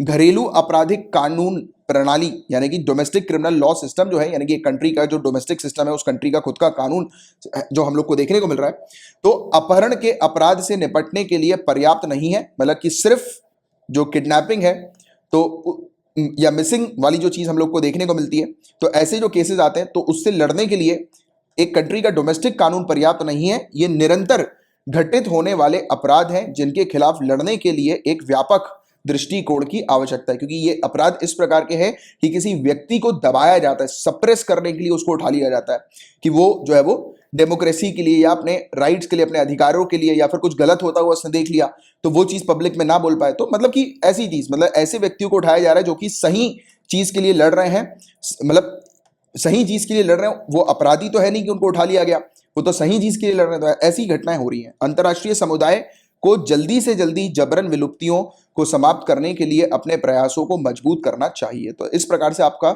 मेंस का आंसर भी एंड होना चाहिए अगर इस प्रकार के टॉपिक्स आते हैं। तो काफी इंपॉर्टेंट और काफी अच्छा टॉपिक था, जिसकी आपको एक अच्छी डीप में जानकारी होनी जरूरी है। अब बात करेंगे गाइस पेपर 3 के टॉपिक्स की। टीआई सर्टिफाइड घोलवाड़ चीकू के बारे में, घोलवड़ चीकू के बारे में, घोलवड़ सपोटा यानी कि चीकू, इसके बारे में हम लोग चर्चा करेंगे। ज्योग्राफिकल इंडिकेशन टैग मिल गया है धानु घोलवाड़ चीकू को, ये महाराष्ट्र का है, राइट। और इसकी यूके की जर्नी शुरू हो गई, मतलब कि यूके पर एक्सपोर्ट होना शुरू हो गया। तो क्वेश्चन आपसे बताऊं क्या पूछा जाएगा, ज्योग्राफिकल इंडिकेशन टैग वाले जो टॉपिक्स होते हैं, प्रोडक्ट्स होते हैं, उनसे रिलेटेड क्वेश्चन आता है। आपसे यही पूछा जाएगा कि ये घोलवाड़ सपोटा या घोलवाड़ चीकू कहाँ का है, तो आपको महाराष्ट्र ध्यान में रखना है, ठीक है, महाराष्ट्र का है ये, राइट। तो ये महाराष्ट्र राज्य चीकू उत्पादक संघ जो है, और ये जो फ्रूट है इसे इसकी स्वीटनेस के लिए और यूनिक टेस्ट के लिए जाना जाता है, इसलिए इसको एक ज्योग्राफिकल इंडिकेशन टैग महाराष्ट्र का मिला हुआ है। क्योंकि ज्योग्राफिकल इंडिकेशन टैग जो है वो उन्हीं प्रोडक्ट्स को मिलता है, वो प्रोडक्ट्स सिर्फ उसी क्षेत्र के होते हैं, मतलब ऐसे प्रोडक्ट्स जो सिर्फ उस क्षेत्र में पाए जाते हैं, और उन प्रोडक्ट्स की यूनिकनेस होती है एक प्रकार की, यानी कि वो प्रोडक्ट्स दूसरे प्रोडक्ट से अलग होते हैं। यानी कि इस चीकू को आप खाएंगे और नॉर्मल चीकू को खाएंगे तो आपको बहुत अलग डिफरेंस मिलेगा और बहुत अलग एक्सपीरियंस आप करेंगे। तो इसलिए ये जो चीकू है वो अपने यूनिक टेस्ट के लिए, अपनी स्वीटनेस के लिए जाना जाता है। स्वीटनेस मतलब कि स्वीटनेस बोलते हैं बहुत स्वीट लड़का है यार, बहुत स्वीट लड़की है यार, ये वो वाला स्वीटनेस नहीं है यार, ये मीठा वाला स्वीटनेस है, ठीक है। तो ये इस चीज के लिए जाना जाता है, और इस चीज के लिए इसको महाराष्ट्र के अंदर ज्योग्राफिकल इंडिकेशन टैग मिला है। कैल्शियम रिच सॉइल जो होती है घोलवाड़ विलेज की, ये भी बहुत जानी जाती है, मतलब कि वहां पर जो गांव है, घोलवाड़ गांव जो हम लोग को देखने को मिलता है, वहां पर जो मिट्टी है उस मिट्टी में बहुत ज्यादा कैल्शियम है, और उसी कैल्शियम के कारण इस पर्टिकुलर फ्रूट में, इस चीकू में अलग टेस्ट आता है। और सपोटा जो है, यानी कि ये चीकू जो है वो काफी सारी स्टेट्स में ग्रो करता है, कर्नाटका, गुजरात, महाराष्ट्र, तमिलनाडु, वेस्ट बंगाल और आंध्र प्रदेश। बट महाराष्ट्र के अंदर इसकी अलग खासियत हम लोग को देखने को मिलती है। कर्नाटका को हाईएस्ट प्रोड्यूसर माना जाता है चीकू का, उसके बाद फिर महाराष्ट्र हम लोग को देखने को मिलता है। फ्रूट सैलेड में चीकू का उपयोग किया जाता है, दूध या दही के साथ मिक्स करके खाते हैं लोग काफी बार टेस्ट के लिए। जैम में भी इसका उपयोग किया जाता है, या सॉस के तौर पर भी इसको बनाने के लिए इसका उपयोग किया जाता है। तो चीकू तो वैसे तो मुझे पसंद है, मैं तो खाता हूं, आपको पसंद है तो बताना। गाइस एक न्यूज आ रही है कि चाइना ने क्रिप्टो करेंसी के ऊपर प्रोहिबिशन लगा दिया, मतलब कि उसके उपयोग को बंद करने की बात कर दी कि क्रिप्टो करेंसी का उपयोग नहीं होगा चाइना के अंदर। तो चाइनीज रेगुलेटर्स जो हैं इन्होंने रिस्ट्रिक्शंस लगा दिए हैं क्रिप्टो करेंसी के उपयोग के ऊपर, और वो भी स्ट्रिक्ट रिस्ट्रिक्शंस लगाए हैं। तो इसी पर हम लोग बात करने वाले हैं। नए नियम जो हम लोग को देखने को मिल रहे हैं वो क्रिप्टो करेंसी की सर्विसेज को उपयोग करने को प्रोहिबिट कर रहे हैं, उसके ऊपर बैन लगा रहे हैं कि क्रिप्टो करेंसी का उपयोग नहीं किया जाएगा, राइट। और कहा जा रहा है कि वर्चुअल करेंसी जो है वो रियल वैल्यू नहीं रखती हैं, मतलब वर्चुअल करेंसी की कोई रियल वैल्यू होती नहीं है, इसमें अप डाउन्स हम लोग को देखने को मिलते हैं, तो इसलिए इसका कोई मतलब नहीं है, इसको यूज ना किया जाए। तो क्या क्या चेंजेस ये कर रहा है अपने नए नियमों के अंदर, तो इसको हम लोग समझते हैं। तो बैंक्स और ऑनलाइन पेमेंट कंपनी जो होती है, जो ऑनलाइन पेमेंट रिसीव करती हैं या ट्रांसफर करने का काम करती है, जैसे फॉर एग्जांपल गूगल पे हो गया, हम लोग को फोन पे देखने को मिलता है, पेटीएम हम लोग को देखने को मिलता है। तो अब से ये किसी भी प्रकार की क्रिप्टो रिलेटेड सर्विसेज ऑफर नहीं कर सकती, मतलब कि कोई भी व्यक्ति इस पर क्रिप्टो रिलेटेड सर्विस पर अपना अकाउंट जो है वो ओपन नहीं कर सकता, ना रजिस्ट्रेशन कर सकता है, ना किसी प्रकार का ट्रेड कर सकता है, ना अपने अकाउंट्स को सेटल कर सकता है, ना इशू उसके अकाउंट होते हैं। तो ये वाली बात यहां पर बताई गई। और जो भी सर्विसेज पहले मेंशन नहीं की गई थी वो सब की सब सर्विसेज जो है वो कवर्ड है, मतलब कि पूरी, मतलब क्रिप्टो करेंसी से रिलेटेड कुछ भी अगर हो रहा है तो वो चाइना एंटरटेन नहीं करेगी, ये चीज उसने कही है।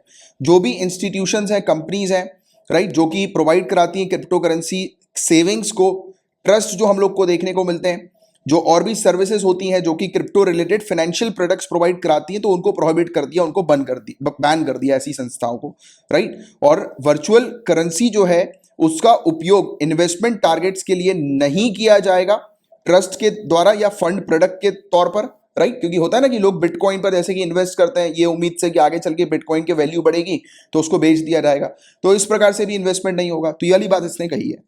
तो चाइना जो है वो रिकॉग्नाइज नहीं करता क्रिप्टो करेंसी को एज ए लीगल टेंडर के तौर पर। अब लीगल टेंडर क्या होता है, आसान शब्दों में अगर मैं आपको बताऊं तो अभी 500 और 1000 के जो नोट जो थे वो बंद हो गए थे, तो इसका मतलब क्या था कि हमारी कंट्री ने 500 और 1000 के नोट्स को लीगल टेंडर मानने से इनकार कर दिया था, मतलब कि ये जो नोट है वो अब इंडिया के अंदर ट्रेड नहीं होंगे, पुराने 500 और 1000 के नोट। पता है ना, ये वाली बात जब आया था हम लोग को देखने को मिला था कि एकदम से नोट जो है वो बंद कर दिए थे सरकार ने, पुराने 550 के नोट। तो ये चीज हमने देखी थी। तो वो क्या था, वो लीगल टेंडर, मतलब कि अगर सरकार जो है वो जिस भी पर्टिकुलर करेंसी को या जिस भी चीज को, राइट, अगर लीगल टेंडर मानती है, मतलब कि उस कंट्री के अंदर उस पर्टिकुलर करेंसी का या उस प्रोडक्ट का उपयोग किया जा सकता है फाइनेंशियल मींस के तौर पर, तो इसका मतलब होता है लीगल टेंडर। तो चाइना क्रिप्टो करेंसी को लीगल टेंडर नहीं मानती है, और बैंकिंग सिस्टम को भी कहा जाता है कि क्रिप्टो करेंसी वो एक्सेप्ट नहीं करेंगी और क्रिप्टो करेंसी से रिलेटेड सर्विसेज प्रोवाइड नहीं करेंगी। चाइना ने इस प्रकार के इतने कड़क नियम क्रिप्टो करेंसी को लेकर क्यों रखे, तो देखो जो डायरेक्टिव्स हम लोग को, यानी कि ये जो डायरेक्शंस हम लोग को क्रिप्टो करेंसी को देखने को मिल रहे हैं, उसने वार्निंग दी है कि जैसे कि बिटकॉइन की ट्रेडिंग हमें देखने को मिलती है, बिटकॉइन जो है वो एकदम से ऊपर जा रहा है, नीचे जा रहा है, और किसी को पता भी नहीं है कि बिटकॉइन किस तरीके से ऑपरेट कर रहा है, क्योंकि उसका कोई रेगुलेटर है भी कि नहीं है, उसकी भी कोई जानकारी नहीं है कि कौन ऐसे ऑपरेट कर रहा है। ये वाली बात आपको पता ही है, जब मैंने आपको बिटकॉइन के बारे में पढ़ाया था, और आपको आइडिया भी है कि बिटकॉइन का कोई रेगुलेटर नहीं है। तो ये बिल्कुल भी लोगों की सेफ्टी के लिए सही नहीं है, राइट। लोग जो हो सकते हैं वो इस जाल में फंस सकते हैं और उनका बहुत पैसा जो है वो इस चीज के चलते डूब सकता है, तो ऐसा इसका कहना है। और इवन आरबीआई ने भी सेम चीज ही कही थी कि इस प्रकार से लोग अगर ऐसी क्रिप्टो करेंसी पर इन्वेस्ट करेंगे तो लोगों का बहुत बहुत मेजर नुकसान जो है वो होगा। बट हमारी ऑनरेबल सुप्रीम कोर्ट ने क्रिप्टो करेंसी को अलाउ किया हुआ है कि क्रिप्टो करेंसी जो है वो होगी, इसको बैन नहीं लगाया जाएगा, क्योंकि आरबीआई ने बोला था क्रिप्टो करेंसी को बैन लगाने के ऊपर, बट ऑनरेबल सुप्रीम कोर्ट ने मना कर दिया था। तो अभी भी हमारी कंट्री के अंदर क्रिप्टो करेंसी के ऊपर बैन नहीं है, ये वाला पॉइंट भी आपको अभी करंट स्टेट की अगर बात करें तो ये पता होना चाहिए। अब देखिए इस प्रकार की कार्रवाई का क्या प्रभाव, क्या इंपैक्ट हम लोग को देखने को मिलेगा। तो देखो अभी जो रोक लगाई गई है इसमें हमें देखने को मिल रहा है कि और भी डिफिकल्टी हो गई है इंडिविजुअल्स के लिए कि वो क्रिप्टो करेंसी अब खरीद नहीं पाएंगे, राइट। वेरियस पेमेंट चैनल का उपयोग नहीं कर पाएंगे क्रिप्टो करेंसी को में ट्रेड करने के लिए, राइट। जो भी माइनर बिजनेस हम लोग को देखने को मिलता है, यानी कि जो इस प्रकार की क्रिप्टो करेंसीज को बनाते हैं, तो ऐसे बिजनेस पर इंपैक्ट पड़ गया है, उनके लिए अब बहुत मुश्किल हो जाएगा अपनी क्रिप्टो करेंसी को युआन के लिए एक्सचेंज करवाना, यानी कि युआन में एक्सचेंज करवाना, तो बहुत डिफिकल्ट हो जाएगा। काफी सारे लोग जिन्होंने अभी तक अपना पैसा फंसाया था डूब जाएंगे, दिवालिया हो जाएगा उनका तो। और बैंक्स और पेमेंट कंपनीज जो होंगी वो भी चैलेंजेस फेस करेंगी मनी फ्लो को आइडेंटिफाई करने में, जो कि क्रिप्टो करेंसी से रिलेटेड हम लोग को देखने को मिलेंगी, राइट। तो ये वाली चीज यहां पर बताई जा रही है। अब क्रिप्टो करेंसी क्या होता है, तो देखो ये डिजिटल करेंसी होती है, राइट, जो कि इंक्रिप्शन टेक्निक के साथ हम लोग को देखने को मिलती है। ये वाला पॉइंट आपको ध्यान में रखना। और ये किस पर काम करती है, ब्लॉकचेन टेक्नोलॉजी के ऊपर काम करती है। कई बार मैं आपको बता चुका हूं, इतनी बेहतरीन ये टेक्नोलॉजी है ब्लॉकचेन टेक्नोलॉजी कि इसमें किस व्यक्ति के पास जो है वो ट्रांजैक्शन हो रहा है उसका आइडिया नहीं होता, मतलब कि उसकी मैचिंग नहीं होती और उसको कोई मतलब चेक नहीं कर सकता। अब देखो ट्रांजैक्शन के ऊपर अगर कोई चेक नहीं कर पाएगा तो इसका मतलब साफ साफ ये, इसके फायदे भी है नुकसान भी है। एक तो फायदा तो सीधे सीधे ये है कि हैकर जो है वो इस पर्टिकुलर मोड ऑफ पेमेंट के थ्रू या ट्रांजैक्शन के मोड के थ्रू जो है वो हैकिंग करने में मतलब सफल नहीं हो पाएंगे। मतलब पॉसिबल ही नहीं है कि हैकर्स के लिए इस सिस्टम को हैक करना, क्योंकि ब्लॉकचेन टेक्नोलॉजी के ऊपर है, ऐसी टेक्नोलॉजी के ऊपर है जिसमें पूरा कोड जो होता है, एक तो पब्लिक लेजर पर पूरा कोड दिखता है, बट किसका कोड है और किसके पास जा रहा है उसकी प्रॉपर डिटेल्स नहीं होती, और किस इंडिविजुअल का वो कोड है, मतलब कि अकाउंट्स किस इंडिविजुअल का है, उसकी भी डिटेल्स जो है वो किसी के पास नहीं होती। तो बहुत ही प्राइवेसी इसके अंदर बहुत हाई होती है, हाई सिक्योरिटी होती है इसके अंदर, राइट। बट नुकसान ये है कि जैसे कि अगर, क्योंकि बिटकॉइंस पे ही हम लोग को देखने को मिलता है कि जितने भी इस प्रकार के जो इलीगल क्राइम्स वगैरह जो होते हैं, इलीगल मामले जो हम लोग को देखने को मिलते हैं, राइट, टेररिस्ट को फंडिंग करना हो या फिर कोई भी इलीगल चीज को परचेज करना हो, बेचना हो, राइट, तो उसमें बिटकॉइन के थ्रू ट्रांजेक्शन होता है, जिससे कि अथॉरिटीज वगैरह जो है वो उसको ट्रैक नहीं कर पाती कि ये पैसा कहाँ गया, किस प्रकार से ये ट्रांजेक्शन हो रहा है। तो ये बड़ी एक समस्या हम लोग को देखने को मिलती है, राइट। और इंक्रिप्शन टेक्निक का इसमें उपयोग किया जाता है क्रिप्टो करेंसीज के अंदर रेगुलेट करने के लिए कि कितनी जो यूनिट्स हैं करेंसी की वो जनरेट हो रही हैं, उनको वेरीफाई करने के लिए इंक्रिप्शन टेक्निक का उपयोग होता है। मतलब कि जो पैसा जिसके पास ट्रांसफर किया है उसी के कोड पर ही पैसा जाएगा, राइट। तो ये बेसिकली आप ये कह सकते हो कि इसमें कोडिंग सिस्टम एक प्रकार का हमें देखने को मिलता है, और वो कोडिंग सिस्टम जो होता है वो दूसरे कोड को मैच करता है। इसमें जो अकाउंट होल्डर होते हैं उनके पास दो कीज होती हैं, एक की जो होती है वो प्राइवेट की हम लोग को देखने को मिलती है, जो कि उस अकाउंट को जो है वो ऑपरेट करने के लिए होती है, और दूसरी की होती है पब्लिक की, जिस की को जो है वो सामने वाला व्यक्ति जो है वो देकर अपने अकाउंट में पैसे जो है वो ट्रांसफर करवा सकता है। अब किसके अकाउंट में पैसा गया ये भी जो है वो कोई पता लगा नहीं सकता है, क्योंकि ये पूरा सिस्टम कोड्स के ऊपर आधारित होता है, कोड पर ये पूरा सिस्टम हम लोग को देखने को मिलता है, राइट। तो ये वाली चीज है। और इसके क्रिप्टो करेंसी के एग्जाम्पल के तौर पर हम लोग बिटकॉइन, इथीरियम देखते हैं, राइट। तो ये इसके कुछ एग्जांपल हैं जिसके बारे में आपको आइडिया होना चाहिए। तो क्रिप्टो करेंसी अब चाइना के अंदर उपयोग में नहीं ली जाएगी, तो ये चीज़ है। बट हाँ, चाइना अपनी खुद की भी इस प्रकार की डिजिटल करेंसी बना चुका है, तो उसके बाद बारे में भी आपको पता होना चाहिए। तो कुल मिलाकर चाइना अपनी मोनोपोली चलाएगा, चाइना चाहेगा कि उसके अगर कंट्री में वो अलाउ भी करेगा क्रिप्टो करेंसी को, तो जो जिस पर्टिकुलर करेंसी को वो रेगुलेट करता है, यानी कि चाइनीज गवर्नमेंट रेगुलेट करती है, सिर्फ उसी को वो अलाउ करेगा। चलो एनीवेज आगे की बात करते हैं। नासा और यूरोपियन स्पेस एजेंसी का ये सोलार ऑर्बिटर स्पेसक्राफ्ट है। जो स्टूडेंट्स ने रिवीजन क्लास अटेंड करी होगी तो इसको फरवरी 2020 के जो करंट अफेयर्स है उसमें मैंने ये वाला आपको कवर कराया था कि फरवरी में ये वाली डील हुई थी कि नासा और यूरोपियन स्पेस एजेंसी मिलकर एक सोलार स्पेस ऑर्बिटर स्पेसक्राफ्ट पर काम करेंगे और उसको लॉन्च करेंगे। तो नासा और यूरोपियन स्पेस एजेंसी जो है उसके स्पेसक्राफ्ट ने कैप्चर किया है पहला सोलार इरप्शन सूर्य के सरफेस पर, राइट। पहली बार कैप्चर हुआ है सोलार इरप्शन, मतलब कि सूर्य से जो हम लोग को ब्लास्ट निकलते हुए देखने को मिलता है, सन ब्लास्ट जिसको हम लोग कहते हैं।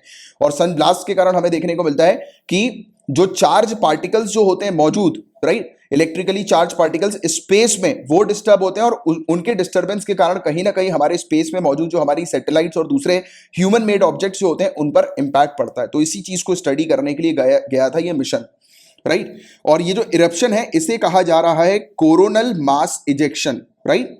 और अगर ये इरप्शन सन के सरफेस पर जब होते हैं, राइट, तब ये इतने बड़े हम लोग को देखने को मिलते हैं कि बिलियन ऑफ टन्स प्लाज्मा और इलेक्ट्रिकली चार्ज पार्टिकल्स जो होते हैं वो धरती की तरफ जो है वो भेज देते हैं। बिलियन टन्स चार्ज पार्टिकल भेजते हैं, और यही चार्ज पार्टिकल जो होते हैं धरती के जो इलेक्ट्रोमैग्नेटिक पार्टिकल्स जो हम लोग को देखने को मिलते हैं, इलेक्ट्रोमैग्नेटिक फील्ड जो धरती की हमें देखने को मिलती है, उसको ये चार्ज पार्टिकल डिस्टर्ब कर देते हैं। इवन सैटेलाइट्स को और जो ह्यूमन मेड ऑब्जेक्ट्स जो होते हैं स्पेसक्राफ्ट वगैरह उनको भी डिस्टर्ब करने की क्षमता रखते हैं।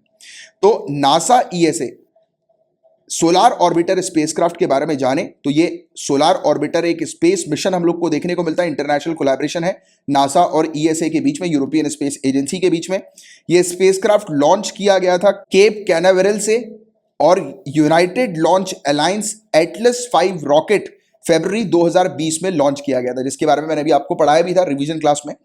और इसे सेलेक्ट किया गया है पहले मीडियम क्लास मिशन के लिए, जो यूरोपियन स्पेस एजेंसी के कॉस्मिक विजन 2015-2025 प्रोग्राम का हिस्सा हम लोग को देखने को मिलता है।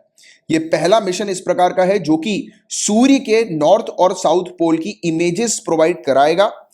इसमें 6 इंस्ट्रूमेंट्स हैं इस पर्टिकुलर स्पेसक्राफ्ट के अंदर, जो कि स्पेसक्राफ्ट के पूरे व्यू को जो है वो कैप्चर करेंगे, मतलब हर जगह से। 7 साल के लिए मिशन भेजा गया है, और 26 मिलियन माइल्स की दूरी पर ये हम लोग को देखने को मिलेगा सूर्य से, राइट। और ये वाली बात बताई जा रही है कि सूर्य की जो गर्मी है, क्योंकि सूर्य बहुत गर्म होता है, ये जो गर्मी फेंकता है उस गर्मी को झेलने की इसके पास क्षमता है, क्योंकि इसके पास कस्टम टिटेनियम हीट शील्ड इस पे लगी हुई है, जो कि कैल्शियम फॉस्फेट की हम लोग को देखने को मिल रही है, जो कि 970 डिग्री फ़ारेनहीट तक का टेम्परेचर झेलने की क्षमता रखती है। तो ये वाला भी एक पॉइंट आपको पता होना चाहिए। और यूरोपियन स्पेस एजेंसी और नासा के बीच में 1990 में भी उलिसिस स्पेसक्राफ्ट का एक कोलैबोरेशन हम लोग को देखने को मिला था, वो भी एक सोलार ऑर्बिटर था, राइट। और सोलार ऑर्बिटर जो है गाइस, ये 4 साइंस के क्वेश्चन, टॉप क्वेश्चन जो है उसको उसका आंसर ढूंढने के लिए गया है। तो सबसे पहला क्वेश्चन कि ये सोलार विंड जो होती है उसमें पावर कैसे आती है, इतने माइल्स का डिस्टेंस ये कवर कैसे करती है और इतनी पावरफुल कैसे होती है कि ये जो इलेक्ट्रोमैग्नेटिक फील्ड जो होती है धरती की उसको तक डैमेज करने की क्षमता रखती है, यानी कि उसमें भी मतलब चेंजेस लाने की क्षमता रखती है। और कहां से कोरोनल मैग्नेटिक फील्ड जो है वो ओरिजिनेट होती है। और वही चीज जो मैंने आपको बताया था कि सोलार ट्रांजिएंट्स जो होता है वो किस प्रकार से हेलियोस्फेरिक वेरिएबिलिटी की क्षमता रखता है, मतलब कि किस प्रकार से स्पेस का जो वेदर होता है उसको खराब करने की क्षमता रखता है, उसको डिस्टर्ब करने की क्षमता रखता है। और कैसे सोलार इरप्शन जो है वो एनर्जेटिक पार्टिकल प्रोड्यूस करते हैं और हेलियोस्फीयर में उसको जो है वो पूरी तरह से फिलअप कर देते हैं, जिससे कि वो दूसरे ऑब्जेक्ट्स को और दूसरे इलेक्ट्रोमैग्नेटिक फील्ड को जो है वो डिस्टर्ब कर सके। और किस प्रकार से सोलार डायनेमो जो है वो काम करता है एक कनेक्शन क्रिएट करने में सूर्य और हेलियोस्फीयर के बीच में। तो ये वाली चीज भी है। तो ये सब कुछ क्वेश्चंस हैं, उसका पता लगाने के लिए ये मिशन हम लोग को ईएसए और नासा के बीच का देखने को मिलता है। और इसी के साथ अपनी आज की क्लास जो है वो फिनिश होती है गाइस। क्लास अच्छी लगी लाइक जरूर कीजिएगा, शेयर जरूर कीजिएगा। आपके लिए पॉलिटी का कोर्स है जो कि मेरे द्वारा ही प्रिपेयर किया गया है, और आपके लिए एनवायरमेंट का कोर्स है जो मैंने प्रिपेयर किया हुआ है। तो ये दोनों कोर्सेज मेरे द्वारा प्रिपेयर किए गए हैं। इसके अलावा हमारी फैकल्टी का सीसेट कोर्स आपके लिए अवेलेबल है। हिस्ट्री का कोर्स आपके लिए अवेलेबल है जिसमें कंप्लीट एंशिएंट मेडिवल और मॉडर्न इंडियन हिस्ट्री आपको करवाई जाएगी, यानी कि पूरे के पूरे इसमें टॉपिक्स कवर्ड हैं। और सोशियोलॉजी का एक कोर्स अवेलेबल है आपके लिए जिसको आप ज्वाइन कर सकते हैं। और साथ ही साथ यूपीएससी प्रीलिम्स 2021 में आप अपीयर हो रहे हैं, या फिर यूपीएससी मतलब स्टेट सिविल सर्विसेज के प्रीलिम्स में 2021 के आप अपीयर हो रहे हैं, तो आपके लिए मैंडेटरी है इस टेस्ट सीरीज को ज्वाइन करना। इससे आपको काफी बेनिफिट फायदा मिलेगा। और देखो, इन सब कोर्सेज से रिलेटेड आपको इन्फॉर्मेशन चाहिए तो आप तो एक बार पहले पूरा पढ़ लीजिएगा, वीडियो को पॉज करके कोर्सेज की डिटेल्स पूरी लिखी हुई हैं। बट फिर भी कुछ समझ में नहीं आता है तो 9713282838 ये मेरा पर्सनल नंबर है। इस नंबर पर व्हाट्सएप या टेलीग्राम करके आप मुझसे पूछ सकते हैं जो भी आपको डिटेल्स चाहिए, राइट। वैसे पूरी चीज स्क्रीन पर लिखी हुई है। बाकी इसके अलावा मात्र 100 रुपीज पर मंथ की फीस में आपको डेली लेक्चर्स की पीडीएफ मिलती है, हैंड आउट नोट्स मिलते हैं, आपको वीकली कंपाइलेशन दिया जाता है रिवीजन के लिए पीडीएफ का, और आपको मंथली मैगजीन दी जाती है। एक ऑफर भी है जिस ऑफर को आप पढ़कर ले सकते हैं, राइट। इसके अलावा अगर आपको करंट अफेयर्स के क्वेश्चंस चाहिए, एमसीक्यू यानी कि मंथली एमसीक्यू चाहिए करंट अफेयर्स के प्रैक्टिस करने के लिए, तो वो सुविधा भी अवेलेबल है। और ये जो सुविधा है करंट अफेयर्स की, ये मात्र 100 रुपए पर मंथ की फीस के साथ सुविधा है, जिसमें आपको कुछ भी नोट्स बनाने की जरूरत नहीं है। आपको सिर्फ लेक्चर पर ध्यान देना है, लेक्चर को सुनना है, आपके पास पूरी चीजें आ जाएंगी, बस आपको आपका काम होगा रिवीजन करने का। इससे आपका बहुत मेजर टाइम बचता है, क्योंकि करंट अफेयर्स वास्ट है, हर दिन कुछ ना कुछ आता रहता है। तो अगर आप उसको नोट डाउन लगातार करते रहेंगे तो आपका बहुत टाइम वेस्ट होगा, उसमें आप जनरल स्टडीज के वेरियस टॉपिक्स को सैक्रिफाइस कर देंगे। तो स्मार्ट स्ट्रेटेजी करो और जल्दी जल्दी एग्जाम को निकालो, राइट। तो ये होती है, ये कुछ आपके लिए कोर्सेज हैं स्पेशली आपके लिए जिसको आप ज्वाइन कर सकते हैं। तो चलो फिर अब मैं मिलूंगा आपको कल की क्लास में, तब तक के लिए bye bye, take care, have a great day ahead guys, Tata.